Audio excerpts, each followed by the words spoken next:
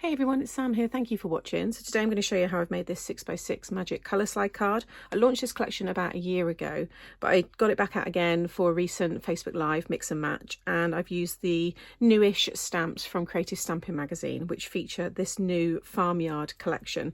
I'll show you all of that in a moment, but this one here is different because the colour will reveal as you pull it in the top portion of the card, whereas the ones that I shared last year show you your coloured image appear in this portion, and that's how the dies are intended to make the card, so your image appears here. All of those are in the tutorials here, I'll link those, but I did do one of the samples so that your coloured image would appear in this top portion, and that's what I'm going to show you today. I'm going to change it up ever so slightly. I think I'm going to colour the background of this piece as well. Top folding 6x6 card, so it can display like so. It's just a really fun style. I think it's quite unexpected for anybody who's maybe not seen this kind of card style before, and then it just all slides back down again. I've just changed this a little bit as well. Like I said, I've adapted a couple of bits to make it work the way that I have, but if you want to see how the image can reveal in colour in this part, like I said, check out those tutorials there. So let's get started and I'll show you how to make it. So this is the stamp set. So this was a exclusive gift with issue 117 of Creative Stamping magazine. I actually received my copy quite late, which is why these videos are going out late, but there's still some stock available on Craft Stash, and I'm sure you can still find it in some of your stores as well. And it will hit the international stores as well. It just takes a good, I'd say 10 to 12 weeks from when it's been released in the UK. But you'll see lots of, you know, familiar images here that I've released in past collections, but you've got this new set of stamps here. And the nice thing also about these that I mentioned during the live is they're all different sizes to the original images that I brought out. So this image of the camper van is smaller, the original one, but it's quite nice to sometimes have the same image but in different sizes. The same with like these animals here, the hedgehog and the squirrel. The originals of those are actually smaller. So you could now have two of them together. It could be like mum and her son, you know, again with the hedgehogs, it could be like a family that you could create. So it's quite nice having those different sizes. The same for these animals here as well. So I'll have all of that linked as always in the description box below. I've already stamped all of those images as well. And then I'm using it with the 6x6 magic colour slide die set. I've got the 5x7 as well, but I just wanted that thicker or wider portion here so I could have the animals laid out like I have. So I've already stuck a piece of 5 3/4 square onto a 6x6 craft card blank, and then you want to cut yourself the main die here. So you've got this large one. These will all go through a standard machine as well. If you've got an extender plate, then that will help because you can just pass it through the once. But if you've just got your normal plates, just tape that in place, pass it through, then shift it along your plate and pass it through again.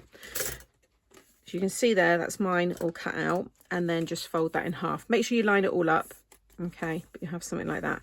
That is going to eventually stick on there, but I'm going to ink up all of this frame so it stands out against the white border that I've already stuck down. I've then cut the pull tab in acetate and in white card, and we'll be stamping onto both of these. This piece here is what I've cut as your extra piece, because like I said, the die set wasn't made for you to have the image coming out from the top, it was made for you to have the image at the bottom.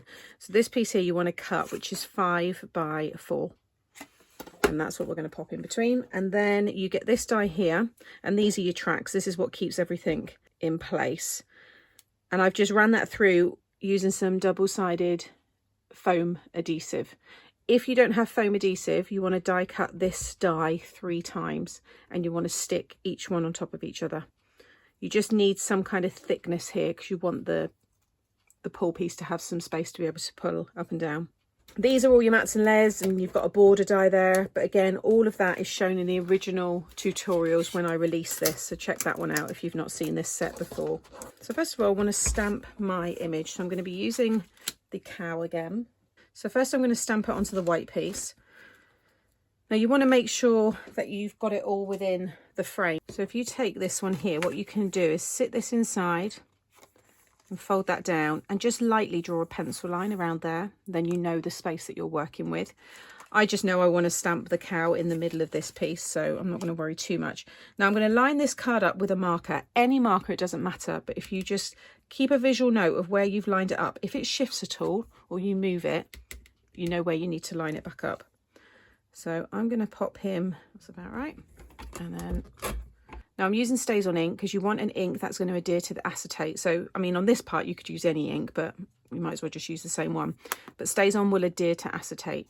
So you also want to make sure that it's not a dried up pad. So I've got my re-inker there, and I actually re-inked it during the Facebook Live. So I'm just going to ink up my image. Like I said, it doesn't matter too much with this one because it's just going onto the cardstock. Okay, so that's perfect. Now don't take the stamp off. Leave the stamp. You're going to move this, and then you're going to line up your acetate piece with the same marker. So I've got 6 inches there. And I'm just going to pop some of my magnets on there. Now clean that all. I've cleaned mine before I started filming.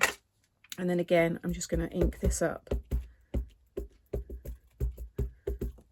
Now when you go to, the good thing about this stamping platform is I can hover this. It's got these little springs here, so it's not actually touching the acetate. So I can just check, you know, it's all in place and things like that. Once you're happy, push it down. But you don't want to squash it. You don't want to squash that stamp because it will squash the image. So you just like tap, tap, tap, just a light little kind of pressure, and then just lift that up. There we go. So I've got a perfect image there. Now what will happen is when you pop this one behind here and line them all up, you will get a crisp image, and that's what we want. This piece then that we cut extra will end up going between these two, like so. This is what you're going to see on the front. Then when we pull it up, you're going to have this coloured image at the top. Now let that dry. Pop it to one side. We can do the colouring and the inking now. Don't be tempted to touch it. Just give it a little bit of time to dry. So whilst that's drying, I now want to colour this and ink up the background. And I also want to ink this bottom portion here. So I've got Salty Ocean and Mowed Lawn. And what I've also gone and done is I've stamped the cow and I've cut it out. And this is just using some masking sheet. I've just got this roll here. I've had this for years. I just stuck 2 together so I could make it big enough for the cow. Cut that out. And then this is a low tack tape.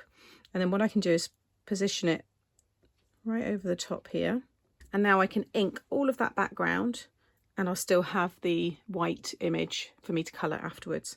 So I'm going to start off with the green grass at the bottom and then the blue sky at the top. Keep breaking out in song when I said this during the Facebook Live. So I'm just going to do an easy blend, going to go about, I don't know, 1/4 of the way with the green, and then the rest will be blue.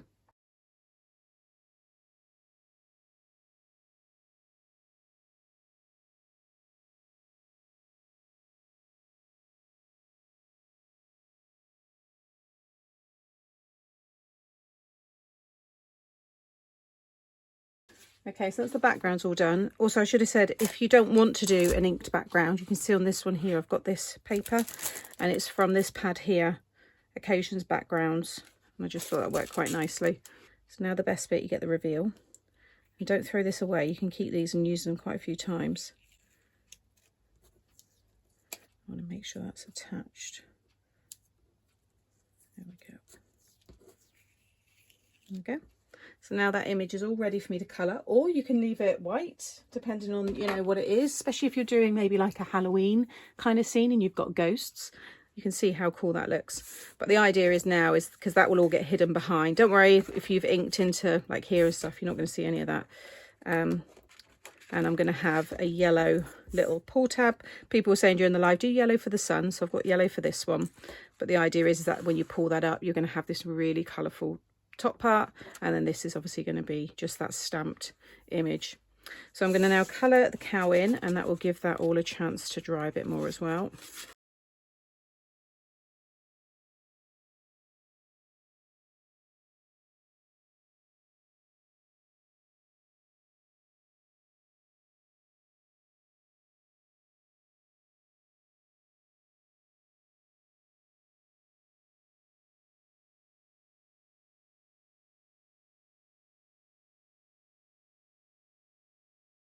Okay, so I've just stamped Celebrate there, so now we can start assembling everything. So you want to take your acetate piece and you want to add some tape along just that top bit there.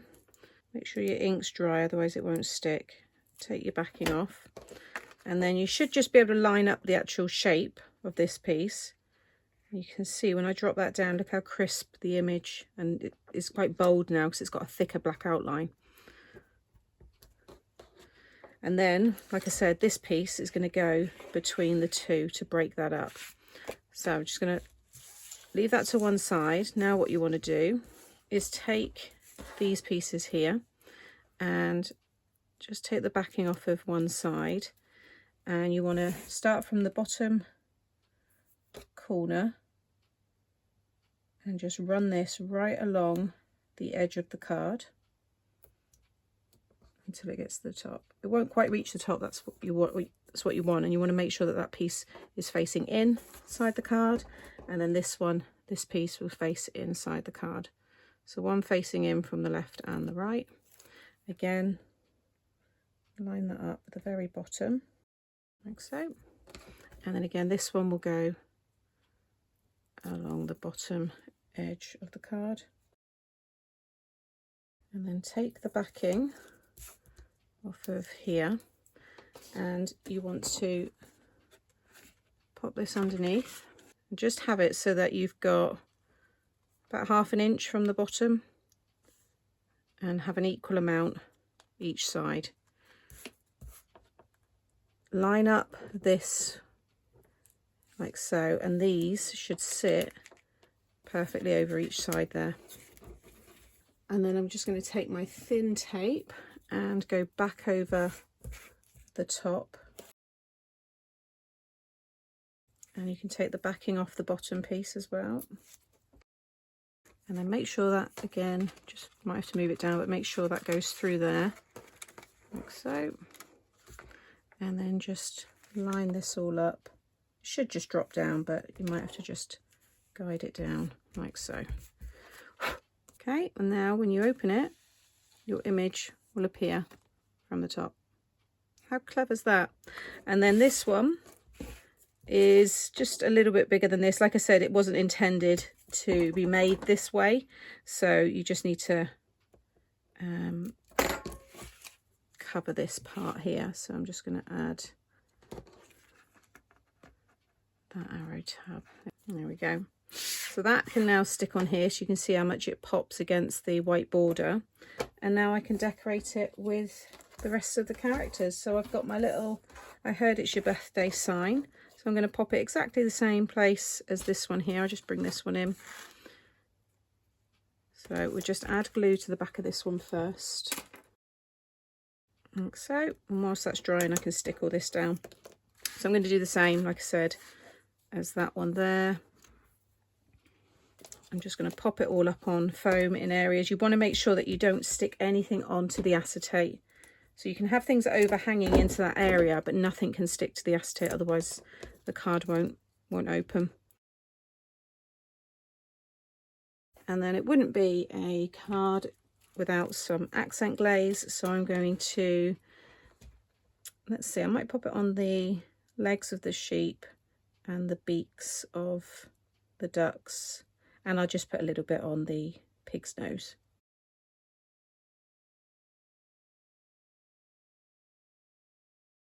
Okay, so I just need to be careful because they're wet now. But again, pull the top, and how cool does that look? I could have gone down a little bit with the white there. You see it when it's open, but it is what it is. I'm not too worried.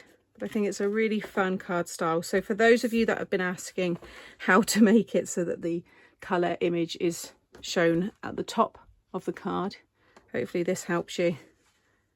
Really, really fun style. I love it, and I just love that they can be displayed like that. But don't be tempted to then think, oh well, I can stamp something there. You can't, because when this goes back down, that's, you know, it's in that space.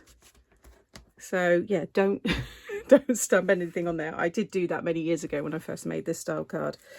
So there you go. So thank you for watching. As always, I will link all the product that I've used in the description box below. Like I said, the magazine is still available, so check out your local stores or Craft Stash online, and it should be overseas hopefully in the next few weeks.